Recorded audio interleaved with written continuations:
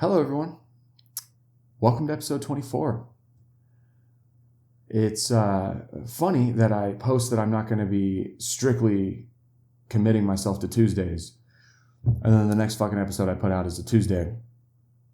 I know. Never let them know your next move. But hi. Thank you for being here. Today's episode is kind of a serious one. For, as Dylan likes to say, for Unserious University, man. You sure got a lot of fucking serious episodes, and this is no exception to the rule, but it is a super meaningful one to me. I mentioned towards the end of the podcast that I posted about trying to focus on quality, and I really hope that I did that here. Today's topic is more or less about stress and anxiety and vulnerability, and me opening up about some of my recent struggles with those things, hoping that it resonates with you guys or maybe is a little bit relatable, and kind of diving into my perspective as to why these things happen and what feels good in the moment to do just to process them, and what steps you can make going forward. And I even do a little bit of a kind of a call to action for anyone who's, I don't know, feeling brave and wanting to be vulnerable about life.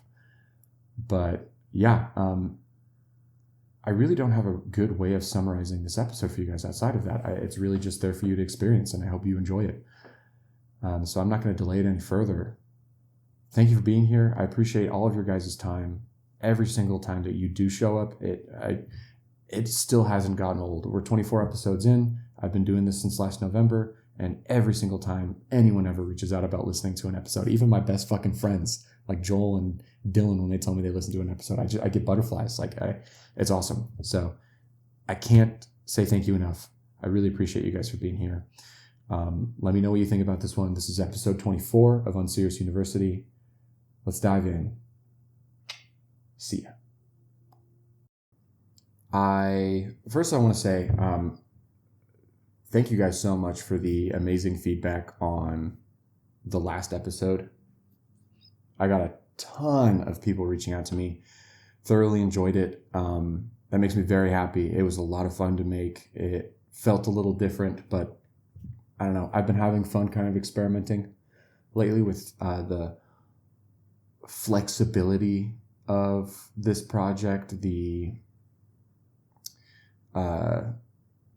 I'm flexing my free will muscle, changing the structure how I please, and it's fun. I enjoy it. So thank you everyone for listening to the last one, hitting me up, giving me your thoughts and feedback. It meant a lot. You guys made my whole week, and we're back today. And as you can see, I'm running solo, which I kind of like sometimes. I've turned into, I don't know if I'll ever see myself this way, but I write, I guess it's the truth. I've turned into the guy who talks alone to a camera, the person I never thought I would ever be. And yet here I am, fairly comfortable doing it now, after only 24 episodes, which is quicker than I thought I'd ever get used to it. But all right. Enough of the rambling. Let's cut to the chase. So today's episode is, I'm winging it. First of all, it's off the top of the dome, as most of these solo ones are. But of course, I try to go in with a topic, and today's is kind of about stress and anxiety. I don't really touch on this. I don't really talk about it much at all. I think I have been fortunate enough, for whatever reason, I guess luck would be the correct word here. I've been lucky enough to not be a victim of stress and anxiety nearly as much as some of the people that I know and love are. And therefore, it really isn't a huge topic for me, really isn't a big chunk of my life. And although I'm grateful for that, the uncommon instance where I do deal with it, a part of me almost feels ill-equipped, as if I'm a bit of a novice or a rookie. And I know this probably sounds like some rich kid crying about money, but nonetheless, it's my perspective, and I kind of wanted to delve into it today, and we'll see where it takes me.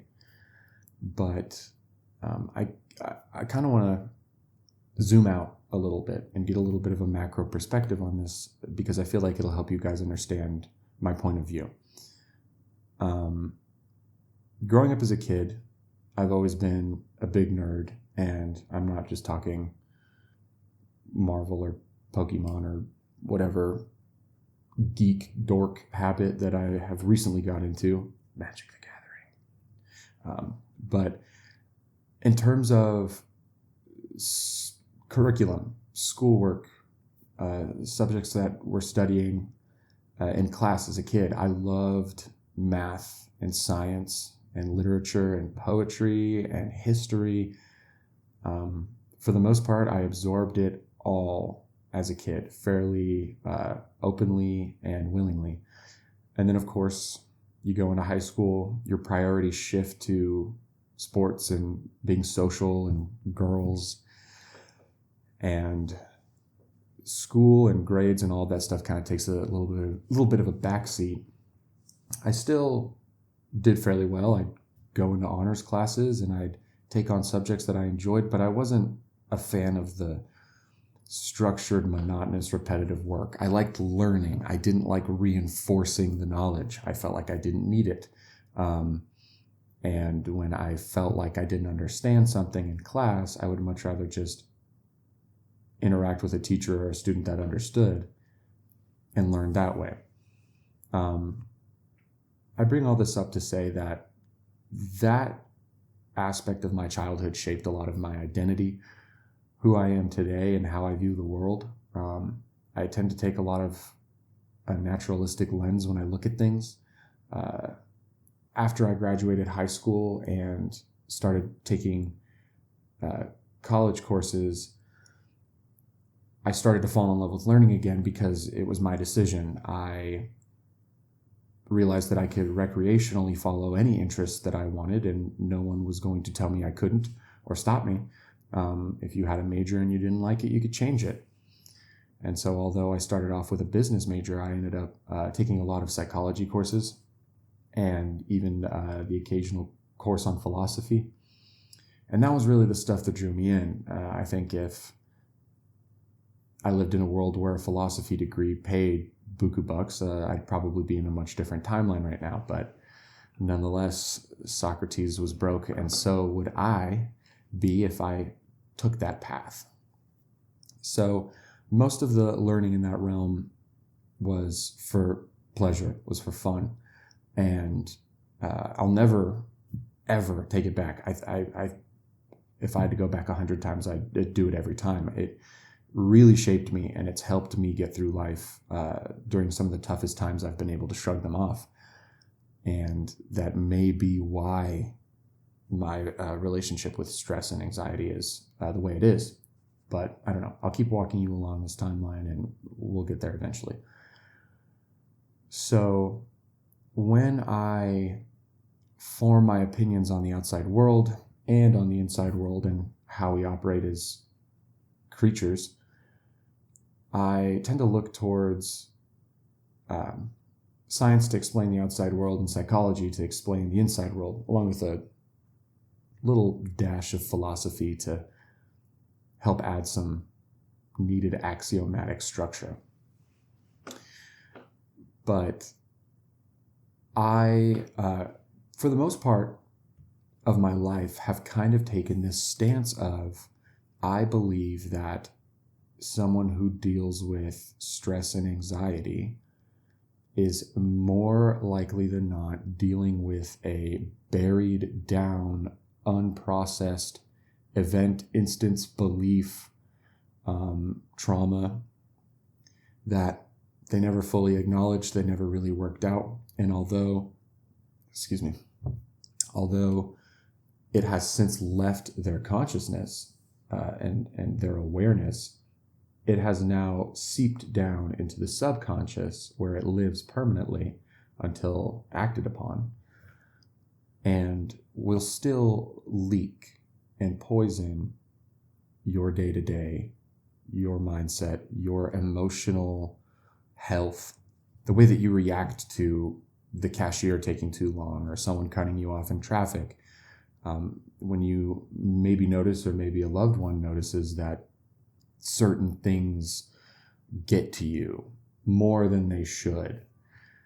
I feel like that's not purely DNA. I really do believe that a lot of that is rooted in long forgotten, never processed issues. Having this belief and stance on said topic, I have made it my utmost priority to make sure every single issue or insecurity or unfair negative perspective on myself gets dealt with properly when it is in front of me, while I still know it's there. I know it's so easy to just ignore your issues, to put them on the back burner, to push them down, to forget about them because it feels really good. No one likes to rip off a Band-Aid. It fucking hurts. That's why the phrase exists. And so you let it disappear, and you do that enough, and suddenly you are going through old photos or going through old videos and going, God, I was so different. I was happier. I felt more authentic. I felt more in touch with myself. I felt like I was doing exactly what I wanted, or that I didn't care, that I didn't know what I was doing. It felt more childlike, more free. And I really do think that a lot of the times those built up paper cuts with Band-Aids over them that never get ripped off build up and really do affect you. And so, like I said, I like to deal with them when they come up. My way of doing that particularly is reaching out to a friend whose advice I respect and perspective I look up to, and talking to them about whatever's bothering me, whether it be a perspective on myself, an insecurity, a weak moment, a struggle with vulnerability, something along those lines. I talk to them about it. I bring it up in a raw and unfiltered format, no matter how scary it is, and work it out with them because they love me and they're willing to hear me out. And those people know who they are in my life. They're invaluable to me, even if it's just been one instance. They've really helped me. They've helped me stay sane for the 27, almost 28 years I've been on this planet. And so, all this to say, lately, my life has been pretty hectic. I feel like these last couple months, I've had a lot of things happening. And I mean things in general, because I've had good things and bad things.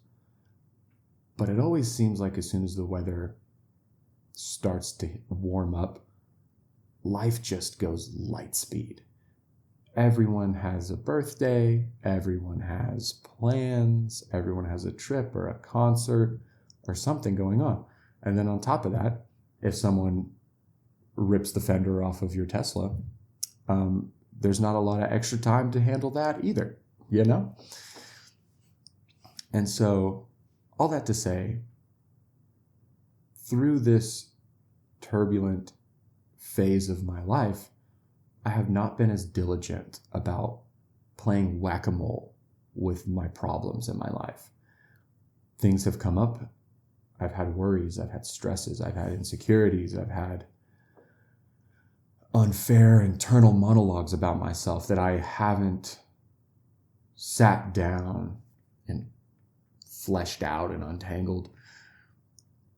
And I have fell victim to the exact thing that I try to preach to people not to do, which is putting things off, tossing it behind your back, worrying about it later, leaving it for tomorrow you to figure out. Well, here I am. I'm tomorrow me, and I am dealing with said repercussions. I have felt a lot more stressed out and anxious than I think I have in a very long time in my life. Funny enough, the aspects of my life, like my job, have remained fairly stagnant, fairly consistent. Nothing has changed. I'm sure everyone knows by now, but I went through a breakup in February. That has been a bit of an adjustment and change for sure. So maybe that is another subconscious aspect, perhaps, but I don't know. I feel like there have just been certain things that I haven't been properly handling as soon as they come up. And no one's perfect, right? I'm not beating myself up over it, but I definitely have felt the difference between when I do it and when I don't. And I'm leading you down this path on this episode because there was like a pivotal moment for me the other day that it happened and I was like, holy fuck, I really want to talk about this. I really want to kind of just see what it means. I'm trying to avoid say flesh it out because I feel like I say that a lot, but like analyze it, open it up and inspect the contents. But I had a kind of a pivotal moment the other day, and it was something that, because of how lucky I have been with the life that I have lived, I've never been hit by something like this in this way before. And so, like I said, I've been a bit stressed out more lately than normal. And so my self-prescribed medicine is meditation. I absolutely love mindfulness meditation. The app that I use is called Waking Up, and it's by Sam Harris. Brilliant, brilliant guy. And he does guided meditations, and there's lessons on there and extra content that you can sift through to further understand the study. And it is a form of meditation that kind of cuts out a lot of the woo-woo auras, chakras, Eastern religious dogma, I guess I'd say. Again, aligning very well with the person that I've built myself up to be over the years. And so I love it. It is night and day, quite frankly, when I am consistent about it. It's just like the gym where I beat myself up for not going or doing it all the time because it's good for you, but for whatever reason, your brain hates doing things that are good for you. It'd much rather do heroin. And so, but yeah, I was meditating the other day, and during the guided session, Sam Harris will speak to you, and he'll just tell you, try to anchor you into the current present moment. Pay attention to the way that you're sitting, the way that your body weight rests in the chair. Pay attention to the feeling of your breath as it hits the tip of your nose when you breathe in. Pay attention to the way that your posture is. If you feel any slight discomfort, you don't have to adjust immediately. You can just experience it for what it is. And so I'm sitting here, relaxing, letting my guard down, opening up, kind of letting the current world in and silencing the chattering mind for a little. And then he started talking about shifting your mental perspective towards, forgive me for a second because I am not an expert, but if I can remember correctly, and correct me if I'm wrong, but I might get this right, there's two main forms of meditation that he tends to touch on the most. Both of them are kind of like Hindu, Buddhist, traditional meditations. There's Vipassana, which is mindfulness, bringing yourself into the current moment, anchoring on physical sensations, sight, smell, touch, sound. And then there's metta, which is loving kindness meditation, which kind of is like taking your emotions from an automatic car to a manual stick shift, where you're kind of more in control of what color your emotions are tinted, if that makes sense. And so he kind of shifted over from Vipassana to metta meditation during the session. And he started talking about, think of someone important in your life. Think of how much they mean to you and how much you would love for them to be happy. How that's, if you could snap your fingers and know that this person that you care so deeply about could be happy, you would do it, and you would do it selflessly, knowing you got nothing from it. So he sets up this perspective, and then he goes, okay, now I want you to picture the child version of yourself and direct that same hope towards you, towards the innocent version of you that deserves it, right? Because we're all sick and twisted, fucked up adults who don't deserve anything good because we've all done something bad. And that's what we tell ourselves as we drive in traffic day to day.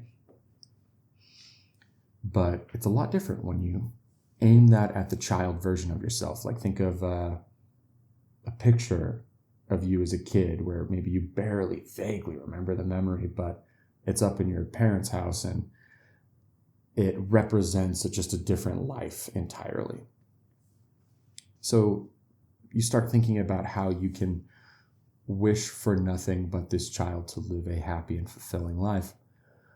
And during this, I'm struggling a little. I'm much more used to Vipassana mindfulness meditation than I am on the loving kindness metta meditation. But of course, I'm here for the ride, and a huge part of meditation is just letting go and not forcing anything. So fuck it, we're here. And there was a point, and this is the moment that I've been kind of like building us up towards. But there was a point where kind of out of nowhere, he was like, life is so hard. It is just so hard. And such a simple, repeated, borderline meaningless throwaway sentence just punched me in the gut. I think it was like my stressed out state that I hadn't even fully realized I was in. And then sitting down and getting myself in an open and vulnerable mental and emotional state just for a sentence like that to just wash over me. And I felt, God, I don't know, relief.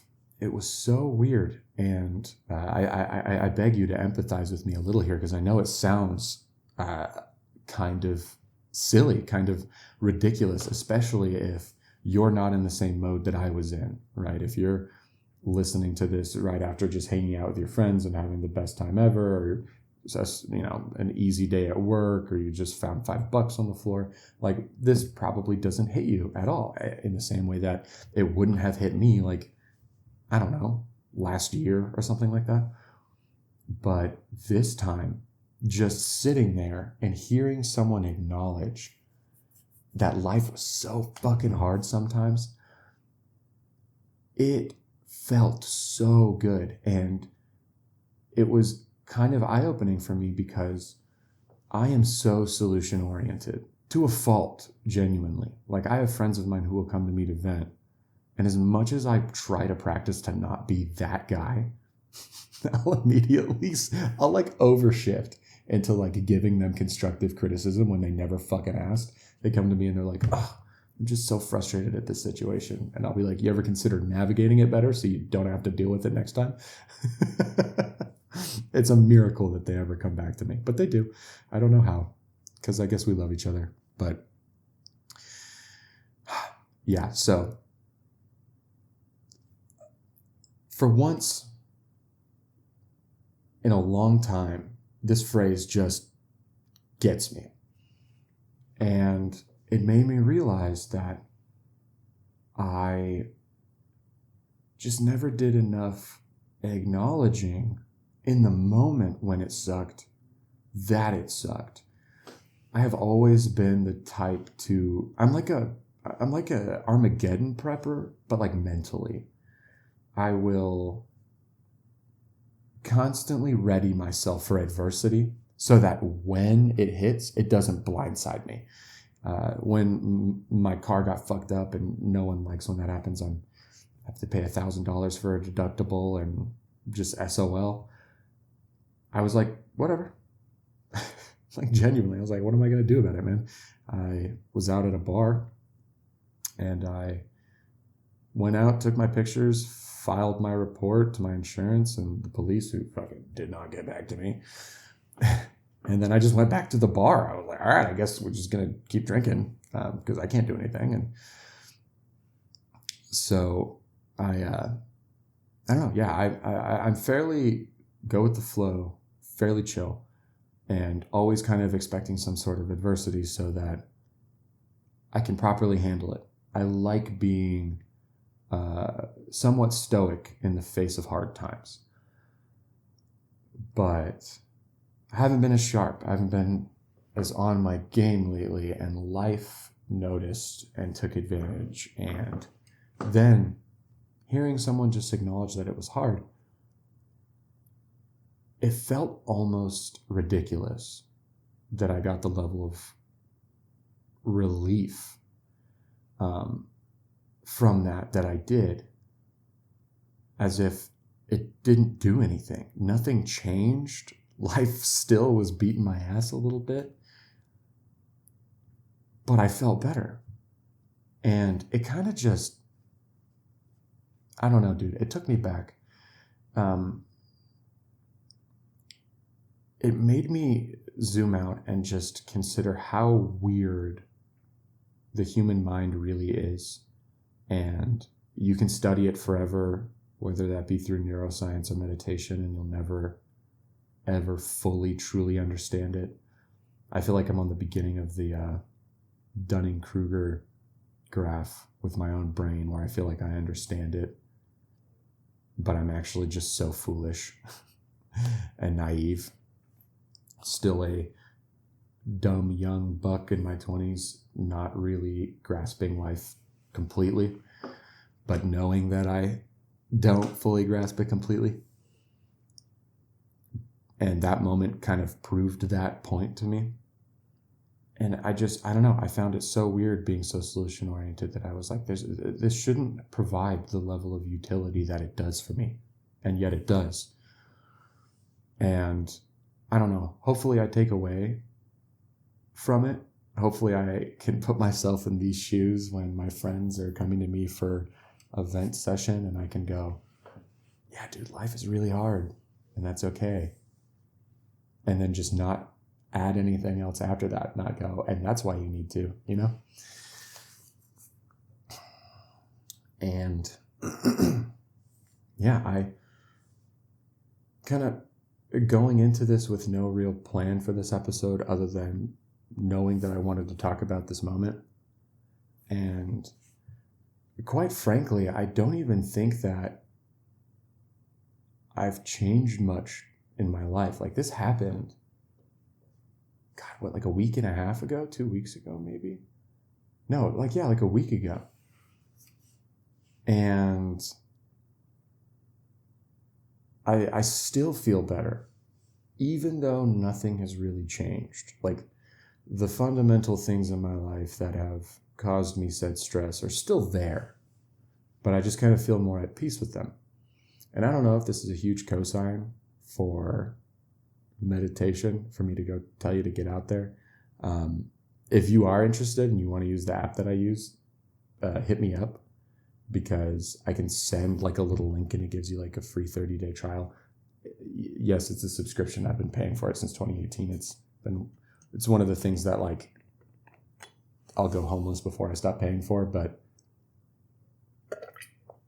nonetheless, I also think if you're on the topic, journaling is huge, especially if you don't have friends to talk to that you think could give good advice, or aren't ready to be open about what you're struggling with. There are definitely things that I've journaled and then ripped out of my notebook and thrown away for no one to ever see, that I only could have fully processed or dealt with on paper.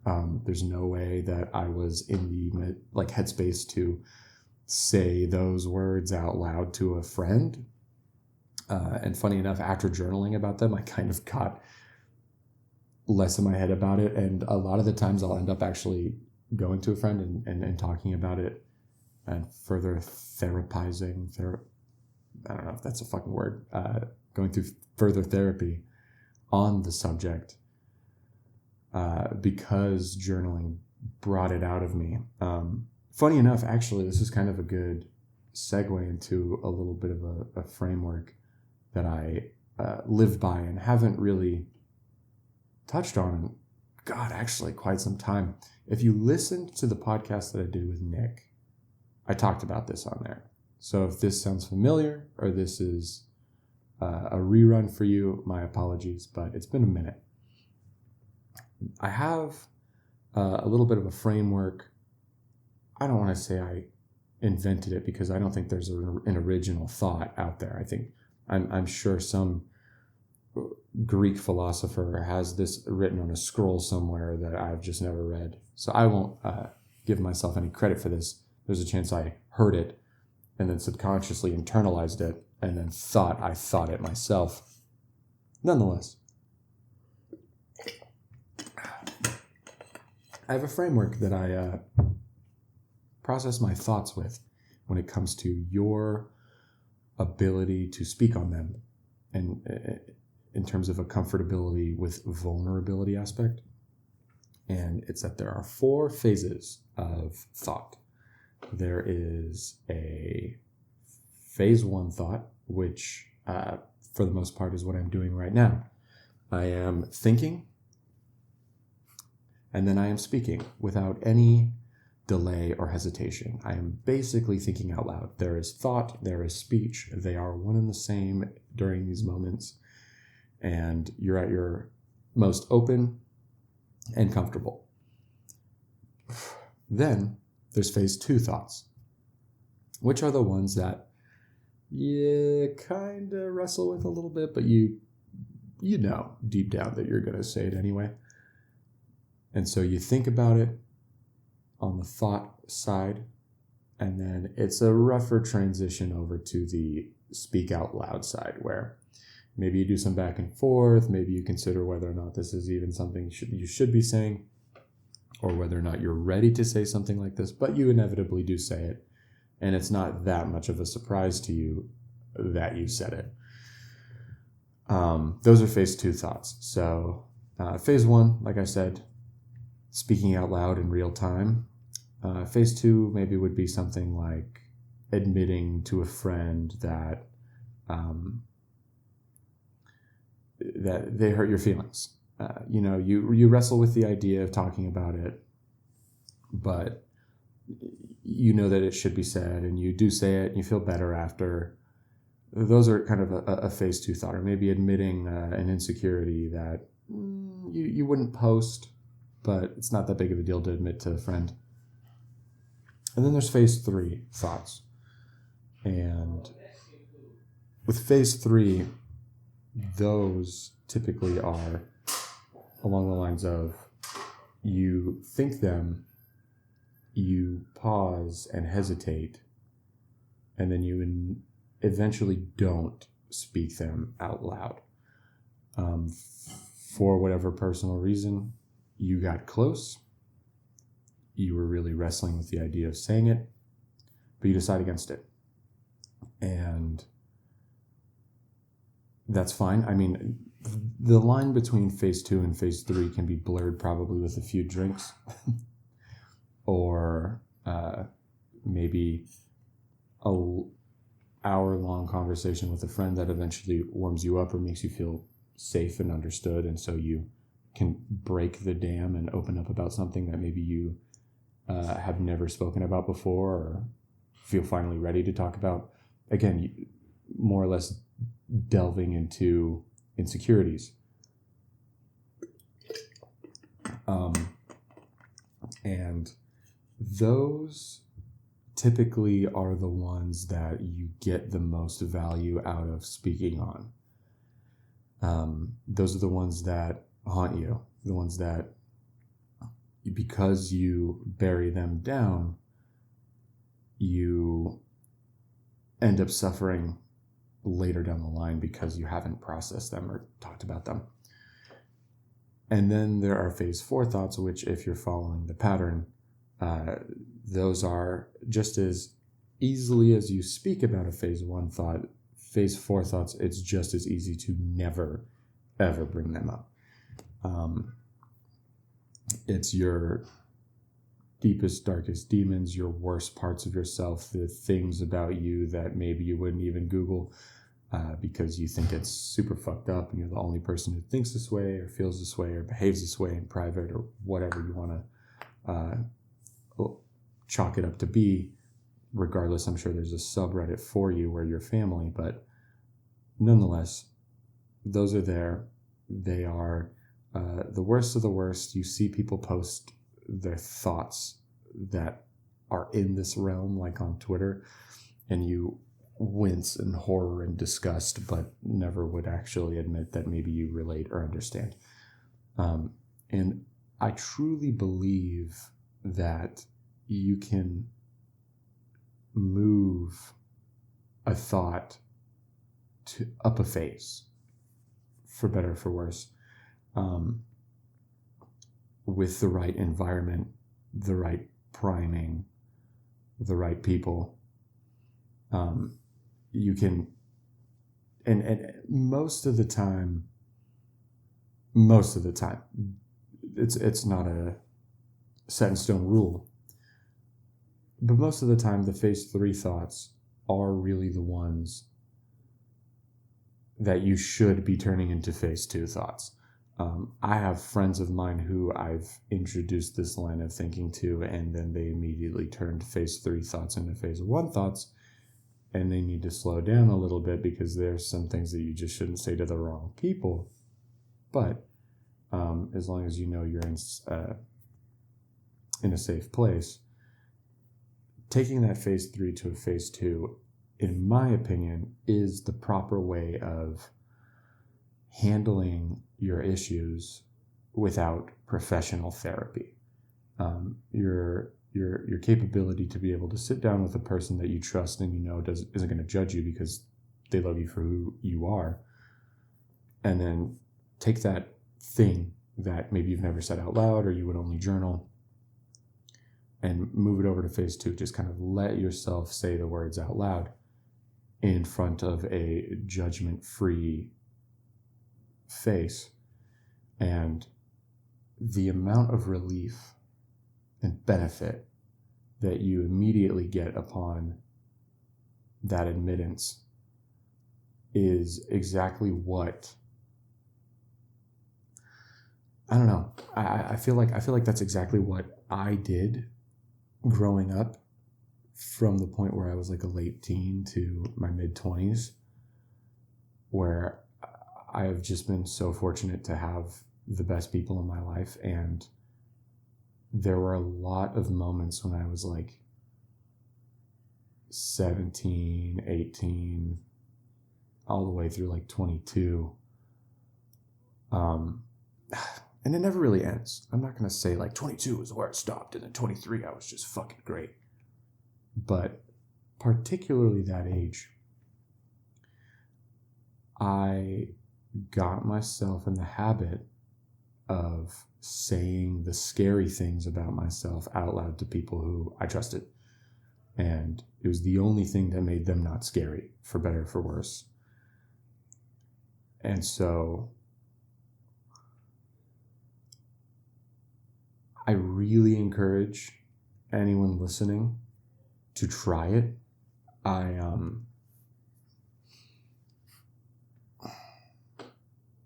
know it's not easy, and I honestly think it gets harder the older you get. I think, like, for whatever reason, you have less to lose when you're 18 and you just openly admit there's this physical feature about yourself that you fucking hate and you hide in every picture, or there's an aspect to the way that you behave, or maybe something that someone pointed out about you years ago that you think about every fucking waking moment. And the thought of bringing it up to another person is a nightmare, because now you believe that that's the only thing they're going to see about you, the only thing that they're going to acknowledge when they look at you, or it's going to be some defining aspect of who you are. When in reality, if you're doing this right, the people that you are saying this to are in your life because they care about who you are as a person, not what you are as a person.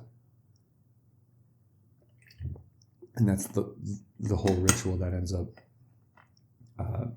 turning a current problem into a past problem. And yeah, I don't know. I can't say that I have been avoiding doing that. Maybe I have. I don't know. I can't. Like I said earlier, I'm not an expert on my own mind. But for better or for worse, that hasn't happened, and I have felt the repercussions of that. I know for some people, they're like me. They're able to keep up a good mental hygiene, a good emotional hygiene, and consistently get out what they need to get out in private with a trusting person. But I also know that there are people that I know personally who don't do this at all. And if you're like that and you're listening, it will be the hardest thing for you to do. There have been conversations that I've had that were more difficult than jumping out of a plane. I've gone skydiving, and I would rather jump out of a plane again than have to rehash some of the hardest conversations I've ever had in my life. And it's like not even close. And so if you're the type of person who never does this, it's going to be fucking hard. If it means anything to you, I think it's extremely honorable to do. I think it's something that you should be able to take pride in and look back on happily, knowing that you did one of the hardest things, in my opinion, in the world, which is pull yourself into a level of vulnerability that you've never been at before. It's terrifying. But the upside is, if you don't normally do this, you have the most to gain out of anyone. Someone like myself, my bad week will take some hard work, and then I'll just go back to being pretty good. But for someone who has never really considered experimenting with your comfort zone when it comes to opening up about the phase 3 thoughts, or maybe bringing a phase 4 thought into a phase 3 thought via journaling. If you've never done this before, I mean, you have the greatest quality of life improvement just on the other side of the horizon if you're willing to do the fucking hard trek. And I don't think I'll ever blame someone for not doing it. But know that it's not guaranteed that you will. If you're telling yourself that future you will do it, I have encountered countless individuals who are on their last leg in their 70s, 80s, 90s, whatever, and they have never, ever done this. And I am willing to bet my whole net worth that there have been millions of people who have already come and went and never opened up to this level of vulnerability that I'm encouraging someone else to do. It is not easy. It is not common. And when you do it, know that you will stop relating to a lot of people that you're probably around right now if you surround yourself with like-minded people. But sometimes I think the hard things should be done because they're hard. I think they call out. as a challenge that there's no, that deep down you know there's no good reason why you shouldn't do the hard thing. And sometimes it's a long buildup to get there. Sometimes it's just a random turn in your day where you're suddenly in the mood to fucking spill everything. But don't ever believe that because you're not the type of person to do this, that one day you just will be. The first handful of times I decided to be vulnerable were terrifying. Felt like the first time I'd ever gotten on a big roller coaster. And only ever got easier after repetition, after constant exposure, after practice. And now if someone who is not like me were to encounter me, they would say something along the lines of, oh, but it's easy for you, or I'm not like you, or it just comes so naturally, blah, blah, blah, blah, blah. And I would invite you to suspend disbelief briefly when I tell you that I was just like you and genuinely worked my way out. And I know for those listening who are really good about talking about their problems, maybe this episode has taken a turn where it doesn't feel like it's for you. But even so, I challenge you to take it one step further. Be even more vulnerable than you already are in the right company. But yeah, and when in those moments where you are actually really, really struggling, just being able to acknowledge that shit sucks, point blank period, fin, end of sentence, and just sitting with that and knowing that it feels so good to know that other people who have everything that you've ever dreamt of feel like this too. They have these moments as well. It's not only the downtrodden, it's not only the unsuccessful, it's not only the unlucky who toss and turn in a sleepless night, not being able to turn their brain off because everything is worrying them, or to look at a meal that they just ordered and not want anything to do with it because they've been sick to their stomach all day. It is as common of a human condition as laughter, as happiness, as a great memory. I mean, and the great fight is just how much can you minimize it? You'll never eliminate it, but if you can lower that ratio from 50-50 to 60-40 or 70-30, then you're living an incredible life. And don't get me wrong, I'm here monologuing, but it is incredibly hard to take this advice into action. I could finish this episode. I could put my SD card into my laptop, edit everything, post it, make it perfect, and then watch it back, and that wouldn't make it any easier for me to be able to take my own advice. But I don't know. I think that the more in the moment you are, kind of tying it a little bit back to meditation, but the more in the moment you are, the easier it is to make these sort of hard decisions. And if you can even briefly really ground yourself into the current present moment and then try to think with clarity on doing something like this, I think it'll be easier. But it's never easy, if that makes sense. And yeah, I don't know. I think I am interested to see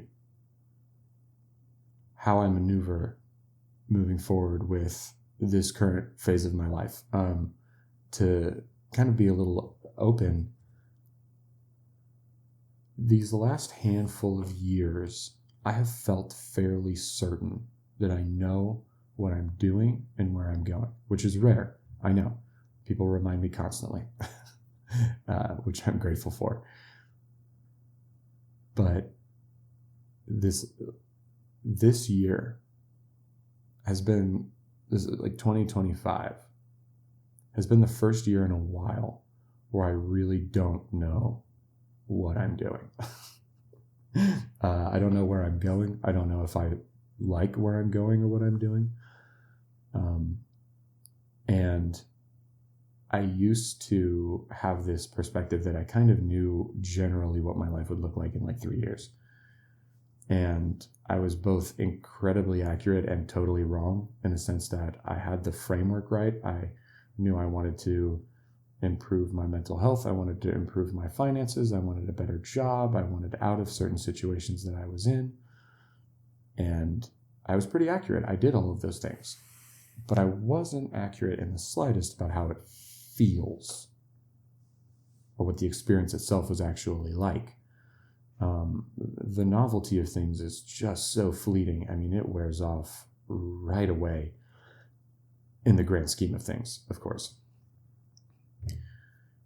And here I am again, staring down at a blank page on a journal, trying to rewrite my whole plan and my whole life, figure out where I'm going. And I have achieved all of the things, or 75% of the things that I had set out to achieve just a handful of years ago. I mean, think about when it was 2020 and we were locked up during the pandemic and you had all this time to yourself and you decided you were going to sit down and map out your life and figure out what you were doing and you were going to put it into action as soon as the world opened back up again. I mean, congratulations if you achieved any of those things. And I wonder, dear listener, if you agree with me that you can go and get all of those things and then find yourself right there at square one again and go, I don't know what the fuck I'm doing. I don't know where I'm going.